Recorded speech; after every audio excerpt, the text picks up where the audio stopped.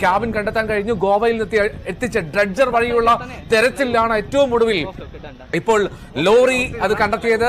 ആശുപത്രിയിലേക്ക് ആ മൃതദേഹം മാറ്റിയത് നമ്മൾ ദൃശ്യങ്ങളിൽ കാണാം. അത് ആ മൃതദേഹം ആംബുലൻസിലേക്ക് കയറ്റുകയായിരുന്നു അല്പസമയം മുമ്പ്. അത് കാർവാറിലെ സർക്കാർ ആശുപത്രിയിലേക്കാണ് കൊണ്ടുപോയിരിക്കുന്നത്. കാർവാറിലെ ആശുപത്രിയിലേക്ക് എത്തണമെന്ന് അർജുന്റെ സഹോദരി ഭർത്താവ് ജിതിനോട് ജില്ലാ പോലീസ് മേധാവി ആവശ്യപ്പെട്ടിട്ടുണ്ട്. ഏതെങ്കിലും തരത്തിൽ DNA പരിശോധന അടക്കം ആവശ്യമുണ്ടെങ്കിൽ അക്കാര്യത്തിൽ കുടുംബത്തിന്റെ നിലപാട് എന്താണ് എന്നറിയുന്നതിന് വേണ്ടിയാണ്. നിയമപരമായ പ്രതിസന്ധികളില്ലെങ്കിൽ DNA പരിശോധന ഒഴിവാക്കാമെന്നതാണ് കുടുംബത്തിന്റെ നിലപാട്. അക്കാര്യത്തിൽ ഒരു പക്ഷേ അവരെ ജില്ലാ ഭരണകൂടത്തിന് സഹായിക്കേണ്ടി വരും. ിലേക്ക് കൊണ്ടുവന്നത് ആ ദൃശ്യങ്ങളിൽ കാണാം.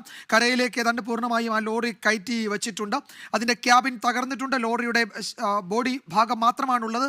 ഏതാണ്ട് അപ്പാടെ പൂർണ്ണമായും തകർന്നു എന്ന് പറയാൻ കഴിയുന്ന നിലയിൽ ക്യാബിൻ മാത്രമാണ് തെല്ലെങ്കിലും അവശേഷിക്കുന്നത്.